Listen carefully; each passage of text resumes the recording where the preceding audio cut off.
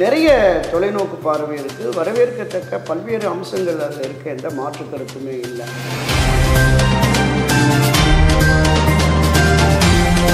பல்வேறு மாநிலங்களில் பிரதான அரசியல் கட்சிகள் அந்த மாநிலத்தின் ஆட்சி கட்சியாக இருக்கிறவர்கள் காங்கிரஸுக்கு அதிக இடங்களை கொடுப்பதற்கு கூட தயங்குகிறார்கள்.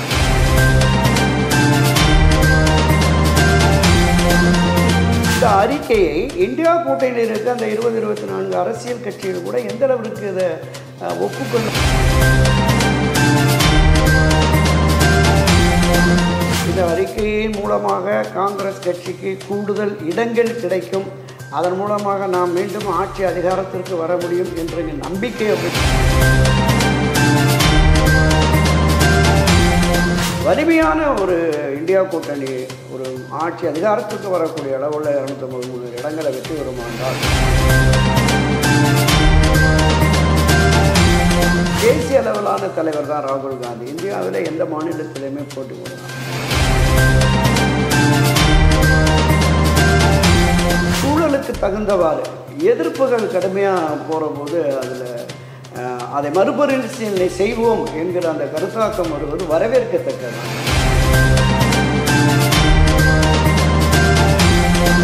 இந்த வீடியோவை உங்களுக்கு வழங்குபவர்கள் Paysys Pay, secure digital payments with multiple features and great success rate.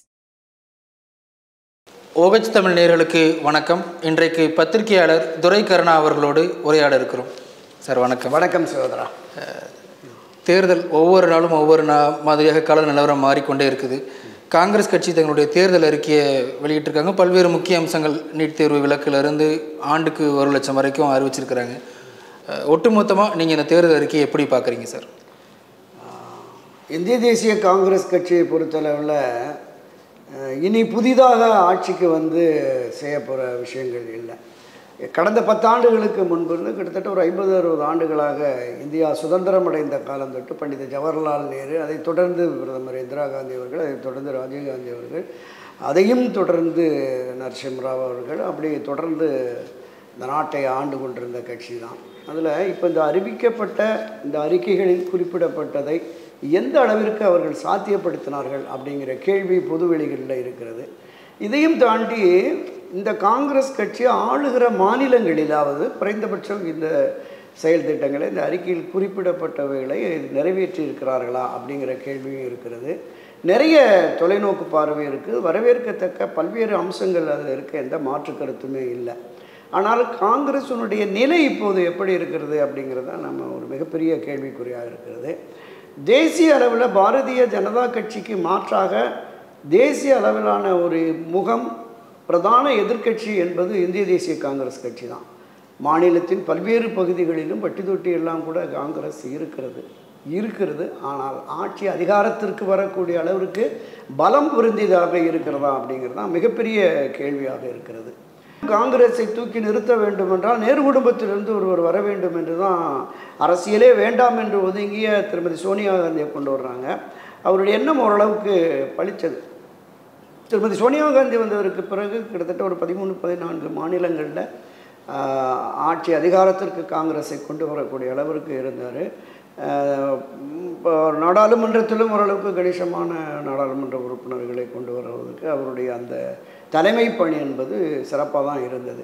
இந்த இந்தியா கூட்டணியில் அங்கமாக இருக்கிறது. பல்வேறு மாநிலங்களில் பிரதான அரசியல் கட்சிகள் அந்த மாநிலத்தின் ஆட்சி கட்சியாக இருக்கிறவர்கள் காங்கிரஸுக்கு அதிக இடங்களை கொடுப்பதற்கு கூட தயங்குகிறார்கள். நம்ம பார்த்த அளவில் காங்கிரஸ் தலைமையில் இந்த இந்தியா கூட்டணி ஆட்சி அதிகாரத்திற்கு வரும் என்கிற நம்பிக்கையே பொதுவெளிகளில், ஊடகங்களில், பல்வேறு கருத்து கணிப்புகளில் பார்க்கிறோம். இந்த சூழலில் இந்த அறிக்கையை வெளியிட்டிருக்கிறார்கள். இந்த அறிக்கையை இந்தியா கூட்டணியில் இருக்க அந்த 20-24 அரசியல் கட்சிகள் கூட எந்த அளவிற்கு இதை ஒப்புக்கொள்ளும் அப்படிங்கிறது நமக்கு தெரியல. ஏன்னா அந்தந்த அரசியல் கட்சிகளுக்கு ஒவ்வொரு விதமான பார்வைகள் இருக்கிறது. ஸோ அந்த வகையில் பார்த்தோம்னா பெரும்பாலான அந்த அறிக்கைகள் என்பது மக்களை ஈர்க்கக்கூடிய அளவிற்கு தான். நீங்கள் குறிப்பிட்ட ஆண்டுக்கு 1 லட்சம் அப்படிங்கிற மாதிரி பெண்களுக்கு சாத்தியமா அப்படிங்கிறது பார்க்கணும். கிட்டத்தட்ட ஒரு 68-70 கோடி பெண்கள் நம்ம ஜனத்தொகையில் இருக்கிறாங்க. அவர்களுக்கு ஆண்டுக்கு 1 லட்சம் என்பது சாத்தியமானு பார்க்கணும். ஏற்கனவே 2014-2019 காலகட்டங்களில் திரு ராகுல் கூட சொன்னார் 65,000 70,000 72,000 ரூபா வரைக்கும் கடந்த தேர்தலில் நினைக்கிறேன் ஆண்டுக்கு 72,000 வழங்கும்னு சொல்லியிருக்காரு. இன்றைக்கி இருக்கிற சூழல் விலைவாசி ஏற்றத்தை கருதி 1 லட்சங்கிறாங்க. சாத்தியமா என்பது தான் மிகப்பெரிய கேள்விக்குறியாகவே இருக்கிறது. மற்ற எஸ்சி எஸ்டிக்காக இருக்கட்டும், நிதித்துறையாகட்டும் மற்ற விஷயங்கள்லாம் ஓரளவுக்கு பொதுமக்களை ஈர்க்கக்கூடிய அளவிற்கானதாக இருக்கிறது. இந்த ஈர்ப்பு என்பது மக்கள் அது வாக்குகளாக மாறி காங்கிரஸுக்கு கை கொடுக்குமா அப்படிங்கிறது தான் மிகப்பெரிய பிரச்சனையாகவே இருக்கிறது. எனவே காங்கிரஸ் இந்த அறிக்கையின் மூலமாக, இந்த அறிக்கையை ப. சிதம்பரம் உள்ளிட்ட மூத்த தலைவர்கள் பலர் தான் தயாரிச்சிருக்கிறாங்க. இந்த அறிக்கையின் மூலமாக காங்கிரஸ் கட்சிக்கு கூடுதல் இடங்கள் கிடைக்கும், அதன் மூலமாக நாம் மீண்டும் ஆட்சி அதிகாரத்திற்கு வர முடியும் என்ற நம்பிக்கை அவர்களுக்கு இருக்கிறது. அந்த நம்பிக்கை பலிக்குமாங்கிறது தான் நம்ம போக தான் பார்க்கணும். 2021 உதயநிதி அவர்கள் திமுக ஆட்சிக்கு வந்தால் முதல் கையெழுத்து ஒரே கையெழுத்தாக நீட் தேர்வு விலக்கு கொண்டு வரப்படும் அப்படின்னு சொல்லியிருந்தாங்க. அதே நேரத்தில் காங்கிரஸ் கட்சி தான் நீட் தேர்வு கொண்டு வந்தது, அவர்களால் தான் பல மாணவர்கள் மாணவிகள் தற்கொலை மூலமாக உயிர் இழந்திருக்கிறாங்க அப்படிங்கிற ஒரு குற்றச்சாட்டும் இருக்குது தானே சார் செய்யுது? நிச்சயமாக இந்த நீட் தேர்வுக்கான ஒரு பரீட்சாத்தமான ஒரு வரைவு மசோதாவை காங்கிரஸ் அப்போது திமுகவில் இருந்த அந்த காலகட்டத்தில் தான் திராவிட முன்னேற்ற கழகத்தை சேர்ந்த ஒரு பிரதிநிதி அங்கே பழனி மணிக்குமா காந்தி செல்வனா ஏதோ ஒரு அமைச்சர், அப்போ அவர் காலத்தில் தான் அந்த கமிட்டி அது வந்தது. அப்போ தொடக்க காலத்திலேயே இந்த நீட் தேர்வு என்பது தமிழகத்திற்கு உகந்தது அல்ல அப்படிங்கிறது திராவிட முன்னேற்ற கழகம் வலிமையாக எதிர்த்திருக்கணும். மசோதா தான் கொண்டு வந்தாங்க, அடுத்து நாங்கள் அதை அமுல்படுத்த விடலை அப்படிங்கிற மாதிரிலாம் திமுக என்ன சொல்கிறாங்க, அதில் மாநில அரசாங்கங்களுக்கு உரிமை கொடுத்துருந்தாங்க அப்படின்னு சொல்கிறாங்க. இல்லை, அந்த உரிமையும் நீதிமன்றத்தில் போய் ஒட்டுமொத்த இந்தியா முழுமைக்குமாக ஒரே நீட் தேர்வுங்கிற முறையை கொண்டு வந்துட்டதுனால அது ஒன்றும் பண்ண முடியல. சட்ட ரீதியான போராட்டத்தை மாநில அரசு மேற்கொண்டு அது வெற்றி பெறுமா, திராவிட முன்னேற்ற கழக ஆட்சியேடு எடுத்திருக்கிற அந்த சட்ட போராட்டமும் அவர்களுக்கு தீர்வை தருமாங்கிறது மிகப்பெரிய கேள்விக்குறியாக தான் இருக்குது. நீங்கள் குறிப்பிட்டதில் 2 விஷயம். ஒன்று, காங்கிரஸ் கட்சி கடந்த காலத்தில் இருந்து ஒரு பாடத்தை கற்றுக்கொண்டு ஒரு புதிய வடிவத்தை எடுத்திருக்கிறாங்க அப்படின்னு பார்த்துக்கலாமா? இன்னொன்று, இன்றைக்கு காங்கிரஸ் கட்சியை 24, 25 அந்த இந்தியா கூட்டணியில் ஒரு மாநில கட்சிகள் இருக்கிறாங்க. எல்லா கட்சிகளுமே வலிமையான கட்சிகளாக தெரிகிறாங்க. குறிப்பாக கேரளாவில் கம்யூனிஸ்டுகள், தமிழ்நாட்டில் திமுக, மகாராஷ்டிராவில் சிவசேனா, என்சிபி, இப்படி ஜனதாதள், இப்படி பல கட்சிகள் இருக்கிறாங்க. இவங்க எல்லாம் ஒரு முதன்மையான கட்சிகளாக தானே சார் இருக்கிறாங்க. அப்படியும் இந்தியா கூட்டணி வலிமையாக இல்லைன்னு நீங்கள் சொல்கிறது எப்படி பார்க்குறது சார்? இல்லை, எல்லா அரசியல் கட்சிகளும் நீங்கள் குறிப்பிட்ட அரசியல் கட்சிகள் அந்தந்த மாநிலத்தில் வலிமை மிக்க கட்சிகளாக தான் இருக்கிறது. இந்த வலிமை மிக்க கட்சிகள் தங்களுடைய பிரதிநிதிகளாக அதிக நாடாளுமன்ற உறுப்பினர்களை டெல்லிக்கு அனுப்ப வேண்டும் என்கிற கருத்தாக்கத்தின் அடிப்படையில் தான் செயல்படுறாங்க. அதனால தான் காங்கிரஸுக்கு அதிக இடங்களை கொடுக்கல. அப்போ காங்கிரஸை முன்னிறுத்தி, காங்கிரஸை சார்ந்த ஒருவரை பிரதமராக முன்னிறுத்தி அவர்களுக்கு கீழே செயல்படுவதற்கான அந்த மனோநிலை மற்ற கட்சிகளுக்கு வந்திருக்காங்கிறது மிகப்பெரிய கேள்விக்குறி. ஏன்னா கடந்த 2019 ராகுல் காந்தி தான் பிரதமர்னு இங்கேருந்து தான் அறிவித்தார். மரியாதைக்குரிய ஸ்டாலின் அவர்கள் தான் அறிவித்தார். 1-2 மாநிலங்களில் தேர்தலுக்கு பிறகு பார்ப்போம் அப்படின்னாங்க. 1-2 மாநிலங்களில் ராகுலுக்கு ஆதரவு நிலையும் இருந்தது. ஆனால் இன்றைக்கு நிலை என்ன? இந்த கூட்டணிக்கு ஒரு அமைப்பாளரை போடுவதற்கோ அல்லது அது நிர்வாக ரீதியாக அதை கொண்டு செலுத்துவதற்கு முதன்மை பொறுப்புள்ள ஒருங்கிணைப்பு குழு மாதிரியோ இல்லை. அப்போ பல்வேறு விதமான பார்வைகள் இருக்கிறது. கேரளாவில் காங்கிரஸுக்கும் கம்யூனிஸ்டுக்கும் பிரச்சனை, வெஸ்ட் பெங்காலில் திரிணாமுல் காங்கிரஸுக்கும் பிரச்சனை. மிக வலிமையான 80 இடம் உத்தரப்பிரதேசம் தான் இந்தியாவினுடைய பிரதமர் யார் என்பதை கடந்த பல ஆண்டுகளாக தீர்மானித்தது. அங்கேயே இவங்களுக்கு போதுமான இடம் 11, அப்புறம் 17 இடங்கள் தான் கொடுத்துருக்குறாங்க. இப்போ இது ஒட்டுமொத்தமாக 5 இடம், 7 இடம், 17 இடம், இங்கே 9 இடம் கொடுத்துருக்குறாங்க தமிழ்நாட்டில் 9+. அப்போ இதில் ஆமாம், இதில் எத்தனை இடங்களில் வெற்றி 100க்கும் மேற்பட்ட இடங்களை கைப்பற்ற முடியுமா அப்படிங்கிற ஒரு சூழலில் தான் காங்கிரஸ் கட்சி இருக்கிறது. மற்ற அரசியல் கட்சிகள் இணைந்து காங்கிரஸுக்கு கை கொடுத்து காங்கிரஸினுடைய தலைமையில் அந்த நாட்டை வழிநடத்துவார்களா, ஆட்சி அதிகாரத்தை கொண்டு செலுத்துவார்களா, மிகப்பெரிய கேள்விக்குறி. இன்னொரு உதாரணத்தை சொல்கிறேன். 1977 இந்திரா காங்கிரஸுக்கு எதிராக மிகப்பெரிய அறிவுஜீவிகள் எல்லாம் ஒன்றிணைந்து ஜெயபிரகாஷ் நாராயண் தலைமையில் ஒரு புதிய ஆட்சியை கொண்டு வரணும், ஜனதா கட்சி ஆட்சி. அப்போது எல்லோருமே மிக மூத்த தலைவர்கள், காங்கிரஸ் கட்சியில் இருந்தவங்கட்டும், மற்ற ஜனசங் மற்ற கட்சிகளில் இருக்கிறாகட்டும், எல்லோருமே அறிவுஜீவிகள், ஆளுமை மிக்க தலைவர்களாக இருந்தார். ஆனால் 77லேருந்து 80க்குள்ளே ஒரு 2-3 பிரதமர் மொரார்ஜி தேசாய், சரண் சிங்னு போயிட்டோம். வலிமையான ஒரு இந்தியா கூட்டணி ஒரு ஆட்சி அதிகாரத்துக்கு வரக்கூடிய அளவில் 253 இடங்களை வெற்றி பெறுமா என்றால் சந்தேகம்தான். இதை வேறு விதமாக கேட்குறாங்க. ஏன்னா பாஜக தனிப்பெருமை பெற்றிருக்கிறதுனால தான் வந்து அவங்க மோனோபாலி மாதிரி செயல்படுறாங்க. அவங்க வச்சது தான் சட்டம், அவங்க நினைக்கிறது தான் சட்டங்கிற மாதிரி செயல்படுறாங்க. இந்தியா கூட்டணி வந்துச்சுன்னா கூட்டணி ஆட்சி தான் இருக்கும். இன்னும் எளிமையாக கேட்குறதா இருந்தால், இப்போ ஒரு வருஷம் ஸ்டாலின் அவர்கள் பிரதமராக இருக்கார், அடுத்த வருஷம் பினராயி விஜயன் அவர்கள் பிரதமராக இருக்கார், இல்லை அடுத்த வருஷம் மம்தா அவர்கள் பிரதமராக இருக்கிறாங்க அப்படின்னா நல்லா தானே சார் இருக்கும் பார்க்குறக்கு? இல்லை, உலக அளவில் சர்வதேச அளவில் இந்தியாவினுடைய ஸ்திரத்தன்மை தான் முக்கியம். இப்படி 6 மாதத்துக்கு ஒருத்தர், ஒரு வருஷத்துக்கு ஒரு பிரதமர் இருந்தாங்க அப்படின்னா அவர்களுடைய நிலைப்பாடு என்ன, அவர்கள் வந்து கொள்கை வழியில் எப்படி கொண்டு போவாங்க அப்படிங்கிறதுக்கு ஒவ்வொருவருக்கும் ஒவ்வொரு பார்வை இருக்கும்ல. அப்போ ஒரு ஒருமித்த பார்வை என்பது இல்லாத நிலையில் அது எந்த அளவிற்கு சாத்தியம் அப்படிங்கிறது தெரியல. ஸோ அப்படிப்பட்ட ஒரு கருத்தாக்கத்திற்கு, ஒரு மனநிலைக்கு மக்கள் வந்தால் நிச்சயம் அதை பரீட்சித்து பார்க்கலாம். நான் சொன்ன மாதிரி அந்த பரீட்சித்து பார்த்த அந்த காலகட்டம் என்பது 70களில் இருந்தது. மீண்டும் இந்திரா காந்தி தலைமையில் இருந்தால் தான் ஒரு நிலைத்த அரசு வேணும்னா 80ல் மிக கடுமையான, 77ல் அந்த அம்மாவுக்கு மிக கடுமையான தோல்வி அடைந்தது, அவங்களுமே தோல்வி அடைஞ்சாங்க. ஆனால் மக்களுடைய பார்வை எப்படி இருந்தது?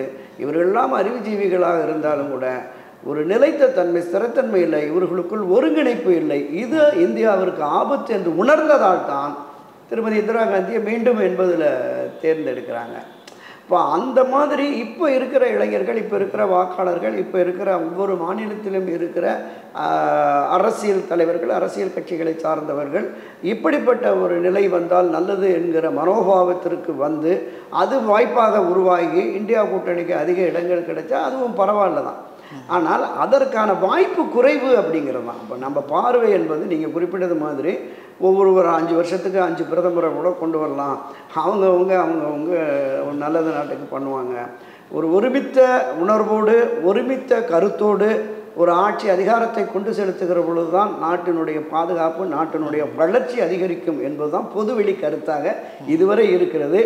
அதுக்கு ஒரு மாற்று கருத்தாக வந்து இப்படி ஒரு எதேச்ச அதிகார போக்கில், ஒரு சர்வாதிகார போக்கில் பாஜக செயல்படுவதற்கு மீண்டும் 350-400 இடம் வந்ததுன்னா ஒரு ஆபத்தான நிலையாக போய்விடும். எனவே இப்படிப்பட்ட ஒரு நிலையை உருவாக்குவோம் என்று மக்கள் விரும்பினால் நடக்கட்டும். சார், கேரளாவினுடைய திரு பினராயி விஜயன் அவர்கள் பேசும்போது இந்தியாவில் எங்கெங்கெல்லாமோ சீட் இருக்குது, அதை விட்டுட்டு வயநாட்டில் ஏன் வந்து ராகுல் காந்தி போட்டி போடுறாரு, இங்கே நீங்கள் காங்கிரஸுக்கு ஓட்டு போட்டிங்கன்னா அது பாஜகவுக்கு ஓட்டு போடுற மாதிரி ஆகும் அப்படின்னு குற்றச்சாட்டுறாரு. இதே குற்றச்சாட்டை மம்தா அவர்களும் நீங்கள் காங்கிரஸுக்கு ஓட்டு போட்டிங்கன்னா அது பிஜேபிக்கு ஓட்டு போட்ட மாதிரி அப்படிங்கிற வாதத்தை முன்வைக்கிறாங்க. இந்தியா கூட்டணியில் இடம்பெற்றுக்கொண்டே இவர்கள் இந்த வாதத்தை முன்வைக்கிறாங்க. எப்படி புரிஞ்சுக்கிறது சார்? நான் முதல் கருத்தாக அதுதான் சொன்னேன். இவங்களுக்குள்ள ஒரு ஒற்றுமை என்பது இல்லை அப்படிங்கிறது தான். ஒவ்வொரு அரசியல் கட்சியும் தாங்கள் பெரியவர்கள் என்கிற அந்த மனப்பான்மை வந்துருச்சு. திரு ராகுல் காந்தி ஒரு தேசிய அளவிலான தலைவர் தான். ராகுல் காந்தி இந்தியாவில் எந்த மாநிலத்திலையுமே போட்டி போடலாம். ரேபரேலியிலே இங்கேயும் நின்னார், அங்கே தோல்வி அடைஞ்சிட்டார், இங்கே வெற்றி அடைஞ்சிட்டார். இது ஒரு பாதுகாப்பான தொகுதி அப்படிங்கிற மாதிரியான ஒரு எண்ண ஓட்டம் அவருக்கு வந்து தான் திரும்ப அங்கே வர்றாரு. அங்கே காங்கிரஸ் கம்யூனிஸ்ட் தான் மாறி மாறி ஆட்சிக்கு வந்தாங்க. இன்றைக்கி கம்யூனிஸ்ட் இருக்குது. காலங்காலமாக கம்யூனிஸ்ட்டுகள் சித்தாந்த ரீதியாக, தத்துவார்த்த ரீதியில், கொள்கை ரீதியில் காங்கிரஸுக்கு முரண்பட்டு தான் நிற்பாங்க எங்கேயுமே. அந்த முரண்பாடு என்பது ஆழமாக, அழுத்தமாக எல்லா பகுதிகளிலுமே இருக்கும். அதனுடைய வெளிப்பாடு தான் ராகுலுக்கு எதிரான அந்த பிரச்சாரம் அப்படிங்கிற மாதிரி நான் பார்க்குறேன். இப்போ இந்த நிலை என்பது கேரளாவிலையும் வெஸ்ட் பெங்கால்லையும் தொடங்கி மற்ற மாநிலங்கள்லேயும் காங்கிரஸுக்கு எதிரான மனநிலை வந்ததுன்னா காங்கிரஸினுடைய வெற்றி பாதிக்கும். நீங்கள் ஒரு 10 இடம், 11 இடம், 17 இடம் கொடுத்துட்டு அவர்கள் வெற்றிக்காக உள்ளூர் ஆட்சி கட்சி பாடுபடலை அப்படின்னு சொன்னால் அது ஒரு பெரிய பிள்ளை. நாங்கள் மாநிலத்தில் கூட்டணி வைக்கல, தேசிய அளவில் தான் கூட்டணி அப்படிங்கிறாங்க. ஆமாம், நீங்கள் மாநிலங்களின் கூட்டமைப்பு தான் தேசிய பார்வை. மாநிலங்களில் நீங்கள் வெற்றி பெற்று வந்தால்தான் தேசிய அளவில் போய் ஆட்சி அதிகாரத்திற்கு வர முடியும். நாங்கள் மாநில அளவில் தனித்து காங்கிரஸுக்கு எதிராக செயல்படுவோம் இந்தியா எங்கேருந்து தேர்ந்தெடுத்து அவங்க போகணும் டெல்லிக்கு? மாநிலங்களில் பிரதிநிதிகள் தேர்ந்தெடுத்து தான் டெல்லிக்கு போகணும். எனவே அந்த அதான் நான் சொல்ல வரேன். உள்ளூரில் அந்த உள்ளடி வேலைகள் நடந்து காங்கிரஸை தோற்கடித்து விட்டால் யார் தலைமையில் அங்கே இந்தியா கூட்டணி வரும் அப்படிங்கிறது தான். நீங்கள் குறிப்பிட்டது மாதிரி ஒரு 20 MP, 40 MP, 30 MPன்னு கையில் யாருக்கு இருக்கோ அவர்கள் வருவாங்க. இப்போ தேசிய அளவில் நமக்கு பெரிய அளவில் தெரியுது காங்கிரஸ் கட்சி தான்.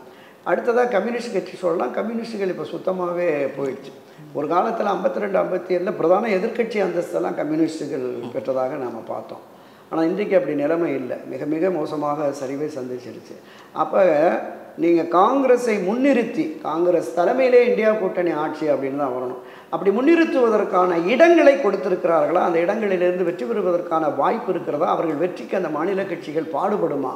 மிகப்பெரிய கேள்வி. இல்லை, இன்னும் கூடுதலாக கடுமையான கேள்விகள்லாம் முன்வைக்கிறாங்க. காங்கிரஸ் ஆளுங்கட்சியாக இருக்கக்கூடிய தெலுங்கானாவில் போய் ராகுல் காந்தி போட்டி போட வேண்டியது தானே, அல்லது கடந்த காலங்களில் அவங்க எங்கெல்லாம் செல்வாக்காக இருந்தாங்களோ அங்கே போய் ராகுல் காந்தி போட்டியிடட்டும், எங்களுக்கு இருக்கிறது ஒரே ஒரு வயநாடு, அங்கே நாங்கள் தான் ஜெயிப்போம், நாங்கள் தான் வெற்றி பெறுவோம், ராகுல் காந்தி நிற்கக்கூடாதுங்கிற மாதிரிலாம் பேசுகிறாங்க. அதுதான் இந்த முரண்பாடு என்பது தொடக்கத்திலே வந்துட்டதுனால தான் காங்கிரஸ் இன்னுமே பொது வெளிகளில் மக்கள் மத்தியில் இந்தியா கூட்டணியில் இருக்கிற அரசியல் கட்சிகளின் மத்தியில் கூட அவர்களுக்கு உரிய செல்வாக்கு இல்லை என்பது இந்த விமர்சனத்தின் மூலமாக நம்ம பார்க்கலாம். மிகப்பெரிய தேசிய முகமாக ராகுல் காந்தி இருக்கிறார். அடுத்து அதாவது நீங்கள் பார்ட்டியினுடைய தலைவராக கார்கே இருந்தாலும் கூட ராகுல் சோனியா தான் கட்சியை வழிநடத்துகிறாங்க. ஏன்னா அது அவர்களே ஒப்புக்கொண்டது. மரியாதைக்குரிய ப. சிதம்பரம் சொன்னார், ஏஐசிசியினுடைய பிரசிடென்ட் கார்கே, ஆனால் எங்களுக்கு தலைவர் ராகுல் தான். ஒரு படத்தில் மாப்பிள்ளை இவர் தான், அவர் போட்டிருக்க சட்டை என்னதுங்கிற மாதிரி இவர் சொல்கிறார் சிதம்பரம், அவர் தான் எங்களுக்கு தலைவர் ராகுல் தான் அப்படின்னு. காங்கிரஸ் கட்சிக்கு தலைவராக கார்கே போட்டிருக்காங்கன்னா அவர் பிரசிடென்ட்டு அப்படிங்கிறார். இப்போ இந்த பார்வை இருக்குல்ல, அப்போ ராகுல் தான் ஒரு முகமாக இந்திய தேசிய காங்கிரஸ் கட்சியினுடைய ஒரு முகமாக இருக்கிறார். அப்படி முகமாக அறியப்பட்ட இவரை பிரதமர் வேட்பாளராகவே 2019 அறிவிக்கப்பட்ட அவருக்கு இந்த அளவிற்கு எதிர்ப்பு வருகிறது என்றால் காங்கிரஸ் மிகப்பெரிய பின்னடைவை இந்த தேர்தலில் சந்திக்கும் என்பதற்கு இது ஒரு அடையாளம், சமீட்சை. அவங்க என்ன சொல்கிறாங்க, நாங்கள் ஜனநாயக அடிப்படையில் செயல்படுறோம், பாஜக போலவே மோடி மீண்டும் மோடியை மட்டுமே முதன்மைப்படுத்தி நாங்கள் செயல்படலை, பல விஷயங்களை நாங்கள் பாடம் கற்றுக்கிட்டு இருக்கிறோம் அப்படின்னு சொல்கிறாங்க. ஆனாலும் மீண்டும் நம்ம அந்த தேர்தல் அறிக்கையை பார்க்கும் பொழுது இந்திரா காந்தி அவர்களும் ராஜீவ் காந்தி அவர்களும் சாதிவாரி கணக்கெடுப்பு எடுத்தோம்னா மக்கள் பிளவுபட்டுருவாங்கன்னு சொல்லியிருந்தாங்க. ஆனால் இன்றைக்கி அதே தேர்தல் அறிக்கையில் சாதிவாரி கணக்கெடுப்பு எடுக்கப்படும் அப்படின்னு சொல்லியிருக்கிறாங்க. மாநில பட்டியலிருந்து பொதுப்பட்டியலுக்கு கொண்டு வரப்பட்டது திருப்பவும் மாநில பட்டியலுக்கு கொடுக்குற பற்றி யோசிப்போம், கன்சிடர் பண்ணுவோம்னு சொல்லியிருக்கிறாங்க. எப்படி இந்த வேறுபாட்டை புரிஞ்சுக்கிறது சார்? ஜாதிவாரி கணக்கெடுப்பு இப்போது மட்டுமல்ல, எப்போதுமே நடத்த முடியாது, அதுக்கு வாய்ப்பே இல்லை. இல்லை 11 நாங்கள் தான் எடுத்தோம், பாஜக தான் வெளியிடாமல் இருக்கிறாங்க. இல்லை நான் சொல்லிடுறேன். அதில் என்ன சாதக பாதக அம்சங்கள் அப்படிங்கிறது நிறையா இருக்குது. ஒரு ஜாதி என்று எடுத்துக்கொண்டால் இந்த ஜாதி பிசியா எம்பிசியா எஸ்சியா அப்படின்னு வரும். இப்போது தமிழ்நாட்டை நம்ம உதாரணத்துக்கு எடுத்துப்போம். தேவர், இந்த தேவர் என்ற கம்யூனிட்டி எது இதெல்லாம் வருது, கல்லர், மறவர், அகமுடையர், அம்பலகாரர், சேர்வகாரன்னு பல உட்பிரிவுகள் இருக்குது. இதில் பிசியும் இருக்காங்க, எம்பிசியும் இருக்கிறாங்க. ஒரு அடையாளத்தோடு அவர்களை கொண்டு வருவது மிக மிக மிக சிரமம். அதே மாதிரி ஜாதிவாரி கணக்கெடுப்புன்னு உள்ளே போனீங்கன்னா எஸ்சி பிரிவிலேயே உட்பிரிவுகள் நிறையாக இருக்கிறது, பல பிரிவுகள் இருக்கிறது. இதை தாண்டி இப்போ வெள்ளாளர் அப்படின்னு ஒன்று எடுத்துக்கங்களேன், வெள்ளாளர் கம்யூனிட்டி பிசி அப்படின்னு, வெள்ளாளர்லேயே சோழியா வெள்ளாளர், கார்காத்த வெள்ளாளர்னு பல பிரிவுகள், 153 உட்பிரிவுகள் இருக்கிறதா அவங்க சமுதாய அமைப்பு ஒரு பட்டியலே கொடுத்துருக்குறாங்க. செட்டியார்னு எடுத்துக்கிட்டிங்கன்னா அதில் பல்வேறு உட்பிரிவுகள், அதில் ஒருத்தர் ஏற்றுக்க மாட்டாங்க. அப்படி வருகிற பொழுது இந்த பட்டியலில் நீங்கள் என்று அவங்களை அடையாளப்படுத்த முடியாது. அதுவே மிகப்பெரிய முதலியார்னு எடுத்துக்கிட்டிங்கன்னா நிறைய பிரிவுகள் இருக்காங்க. அப்படி ஒவ்வொரு சமுதாயத்திலும் உட்பிரிவுகள் நிறையா இருக்குது. நீங்கள் ஜாதிவாரி கணக்கெடுப்புன்னு வர்றபோது தென் மாவட்டங்களில் பல கிராமங்களில் என்ன ஜாதி அடையாளம்னு அவங்களுக்கே தெரியாது. அதனால் உதாரணத்துக்கு என்னையே எடுத்துக்கிறேன். எங்கள் வீட்டில் போய் அப்பா ஸ்கூலில் சேர்க்குற போது நீங்கள் என்ன ஜாதினா நாங்கள் பிள்ளை அப்படின்னு சொல்லிட்டார். பிள்ளைன்னு பதிவு பண்ணிட்டாங்க. என் ஸ்கூல் சர்டிஃபிகேட்டில் பிள்ளைனா எஃப்சின்னு வருது. ஏன்னா தென் மாவட்டங்களில் இந்த சைவ பிள்ளைகள் எஃப்சின்னு வர்றதுனால. ஆனால் எங்களுக்கு உட்பிரிவு என்ன இருக்குன்னா பாண்டிய வெள்ளாளர், துளுவ வெள்ளாளருக்கு பிசியில் வரும். அதான் ஜாதி சான்றிதழ் என் பொண்ணுக்கு வாங்க முடியாத அளவுக்கு ஆகிப்போச்சு. ஆக இப்போ அதுவே இந்த பக்கத்தில் முதலியார்னு ஒரு பட்டம் வரும், அவங்களும் வெள்ளாளர் தான். உதாரணத்துக்கு ஏசி சண்முகம் துளுவ வெள்ளாளர், முதலியார்னு வர்றார். இப்படி பட்டங்களே பல இடத்துல இருக்குது. இங்கே யாதவர்களுக்கு பிள்ளைன்னு ஒரு பட்டம் இருக்குது. தலைநகர் சென்னையில் யாதவர்களுக்கு பிள்ளைன்னு ஒன்று. யாதவான ஒரு அடையாளம் வர்ற போது பிள்ளை, உடையார்னு உட்பிரிவுகள் வருது. கோணார்களுக்கும் வருது. அப்போ இதையெல்லாம் ஜாதிவாரி கணக்கெடுப்பு எடுத்து இந்த ஜாதிக்குள் நீங்கள் உள்ளடக்கம் என்று சொல்லுகிற பொழுது நிச்சயமாக ஏற்றுக்க மாட்டாங்க. இன்னொரு சமீப கால பிரச்சனை சொல்கிறேன். தேவேந்திர குல வேளாளர் நாங்கள் எஸ்சி பட்டியலில் இல்லை, எங்களை எஸ்சி பட்டியலில் வச்சுக்காதீங்க அப்படின்னு போராடினார் கிருஷ்ணசாமி. மத்திய அரசு மாநில அரசு சரி நீங்கள் தேவேந்திர குல அடையாளத்திலே இருங்க அப்படின்ட்டாங்க. காலகாலமாக அவங்க தேவேந்திர குலாளர்னு போட்டுக்கிறாங்க, போஸ்டர் அடிக்கிறாங்க, போட்டுக்கிறாங்க. ஆனால் எஸ்சியில் தான் இருக்குது. இன்றைக்கி அரசு அங்கீகாரம் கொடுத்து எஸ்சி பட்டியலில் தான் வச்சுருக்காங்க. அது எடுக்க முடியல. இல்லை, அவங்க சுதந்திரத்துக்கு முன்னாடி நாங்கள் அந்த பட்டியலில் இல்லை அப்படின்னு சொல்லி சொல்லுவோம். ஆமாம் ஆமாம், நிறைய இடங்களில் இந்த மாதிரி இருக்குது. அதே மாதிரி நீங்கள் ஊட்டி பகுதியில் எடுத்துட்டிங்கன்னா அவங்க எஸ்டியில் இருந்து பல பேரை எடுத்துட்டாங்க, இன்னும் அந்த பட்டியலுக்கு கொண்டு வர்றாங்க. தென் மாவட்டங்களில் இந்த ஷெட்யூல் ட்ரைப் ஷெட்யூல் காஸ்ட் அந்த பிரச்சனை ஓடிக்கிட்டு இருக்குது. அப்போ ஷெட்யூல் ட்ரைப்புன்னு இருந்த சீர்மரபினர் அவங்கள ஷெட்யூல் காஸ்ட்னு கொண்டு போயிட்டாங்க. அதில் பெரிய பாதிப்பு வருகிறது. இது மாதிரி நீங்கள் ஜாதிவாரி கணக்கெடுப்பா இந்தியா முழுவதுமே, நான் வெறும் உதாரணத்துக்கு தமிழ்நாட்டை சொன்னேன், மற்ற மாநிலங்கள்லேயும் கூட இந்த மாதிரி இருக்குது. ஒரு சமுதாய அமைப்பு என்பது இன்றைக்கி வன்னியர் எடுத்துக்கிட்டிங்கன்னா வன்னிகுல சத்திரியர், அதை தாண்டி கவுண்டர்கள் இருக்காங்க, படையாச்சியார்கள் இருக்கிறாங்க. இப்போ கவுண்டர்களில் வன்னிய கவுண்டர், வெள்ளாள கவுண்டர், இந்த மாதிரி கொங்கு தென்பகுதியில் இருக்கிற கவுண்டர், குறும்ப கவுண்டர்கள், கன்னடம் பேசுகிற கவுண்டர்கள்லாம் இருக்கிறாங்க. இந்த கவுண்டரை எந்த அடையாளத்தில் கொண்டு வருவீங்க? கவுண்டர் அப்படின்னு போட்டிங்கன்னா முடியவே முடியாது. நான் இன்றைக்கி சொல்கிறேன், அரசியல் ரீதியாக, அதாவது ஒரு சில மாநிலங்களில் ஒரு பிரிவுன்னு வந்துருச்சுன்னு சொன்னால் அந்த பிரிவுகளுக்கு ஹெட்டு எதுவோ அதுதான்னா சம்மதிக்கிறதுக்கு ஆட்கள் இருக்காங்க. ஆனால் பல மாநிலங்களில் அதை ஏற்றுக்க மாட்டாங்கிறது தான். எனவே இது தேர்தலுக்காக இவங்க நீங்கள் குறிப்பிட்ட மாதிரி பண்டித ஜவஹர்லால் இந்திரா காந்தி போன்ற பெரும் தலைவர்களே இது சாத்தியப்படாது அப்படின்னு பெருந்தலைவர் காமராஜர் தேவையில்லைங்கிற கருத்தில். ஆமாம், அதுதான் சொன்னாங்க. இருக்கிற இந்த செட்டப்பில் இப்படியே கொண்டு போயிடுவோம் அப்படிங்கிறது தான் அவங்களுடைய பார்வையாக இருந்தது. இது சாத்தியப்படாது அப்படிங்கிறது தான் என்னுடைய கருத்து. இப்போ கல்வியை மாநில பட்டியலிருந்து கண்கரண்ட் லிஸ்ட்டுக்கு பொதுப்பட்டியலுக்கு கொண்டு வந்தது இந்திரா காந்தி அவர்கள் தான். ஆமாம் ஆமாம் ஆமாம். ஆனால் இன்றைக்கு அவங்களே இப்படி தலைகீழாக பேசுகிறாங்க அப்படிங்கிற ஒரு பார்வையும் இருக்குல்ல சார்? நிச்சயமாக. அதாவது சூழலுக்கு தகுந்தவாறு எதிர்ப்புகள் கடுமையாக போகிற போது அதில் அதை மறுபரிசீலனை செய்வோம் என்கிற அந்த கருத்தாக்கம் வருவது வரவேற்கத்தக்கது தான். ஒரு பிரச்சனையை முன்னெடுக்கிறோம், அது சாத்தியப்படலை, அதற்கு நிறைய எதிர்ப்பு வருதுங்கிற போது அதை மறுபரிசீலனை செய்வது என்பது வரவேற்கத்தக்கது, ஏற்கத்தக்கது. நிச்சயமாக அந்த மாநிலத்தினுடைய பட்டியலுக்கு, மாநில பட்டியலுக்கு கல்வி வருவது என்பது வரவேற்கத்தக்கது தான். ராகுல் காந்தி வந்த பிறகு காங்கிரஸ் கட்சி ஒரு புதிய பரிணாமம் பெற்றிருக்குது, அதனுடைய வெளிப்பாடு தான் இந்த தேர்தல் அறிக்கையெல்லாம் அப்படின்னு சொல்கிறாங்க.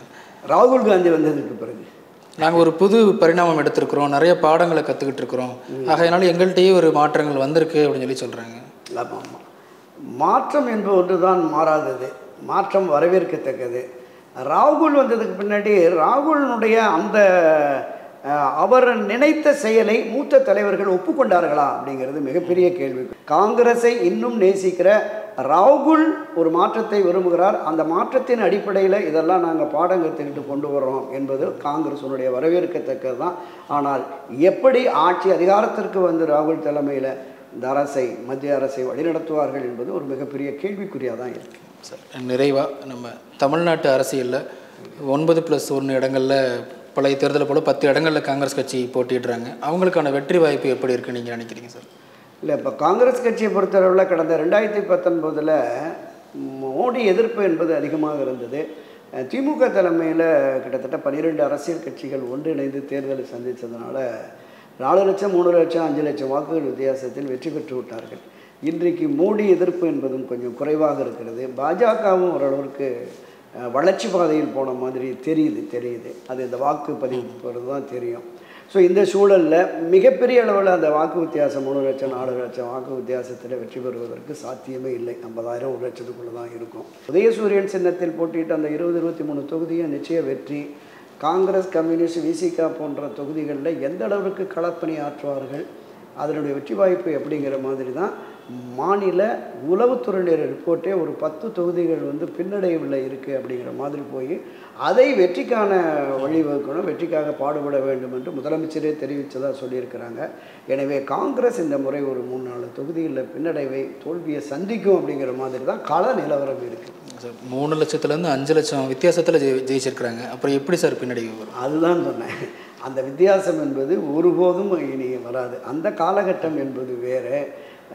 பாஜகவுக்கு எதிரான மனநிலை, கூட்டணி கட்சிகளுடைய வலிமை பலம் இப்போ வந்து பிரச்சனைகள் மாறி இருக்கு. இந்த தேர்தலை நம்ம பார்த்தோம், எத்தனை முறை போய் அழுத்தம் கொடுத்து அவங்க தொகுதி கிடைக்காம அவங்க கேண்டிடேட்டை இப்போ திருச்சியில் வந்து திருநாவுக்கரசர் இருந்தார், திருச்சியில் என்னாலும் வேற ஒரு இடம் கொடுங்கன்னு கேட்டபோது அவருக்கு கொடுக்கல. திருச்சியில் தான் 4 லட்சம் வாக்கு வித்தியாசத்தில் அவர் வெற்றி பெற்றார். இன்றைக்கு திருச்சியில் இருக்கிற பிரச்சனை என்ன? தீப்பெட்டி சின்னம். தீப்பெட்டி சின்னத்தை கையில் வச்சுக்கிட்டே உதயநிதி சொல்கிறார், உதயசூரியனுக்கு வாக்களிங்க, அப்புறமா பார்த்துட்டு ஆகா இப்போ தீப்பெட்டி மறந்துட்டேன் அப்படிங்கிற மாதிரி சொல்கிறார். அப்போ இது வந்து அந்தந்த பகுதிகளில் ஒரு மனச்சோர்வை உள்ளூர் கட்சிக்காரர்கள்ட்ட ஏற்படுத்தும். அது ஒரு வெற்றியின் இலக்கை நோக்கி பாடுபடுவதற்கு ஒரு உந்து சக்தியாக அவர்களுடைய மனநிலை இருக்காது. அதில் ஒரு பின்னடைவு வரும் என்பதுதான் என்னோட பார்வை. நன்றி. இந்த வீடியோ உங்களுக்கு பிடிச்சிருந்தா லைக் பண்ணுங்க, ஷேர் பண்ணுங்க, கமெண்ட் பண்ணுங்க. மறக்காம OH தமிழ் சேனலுக்கு சப்ஸ்கிரைப் பண்ணுங்க.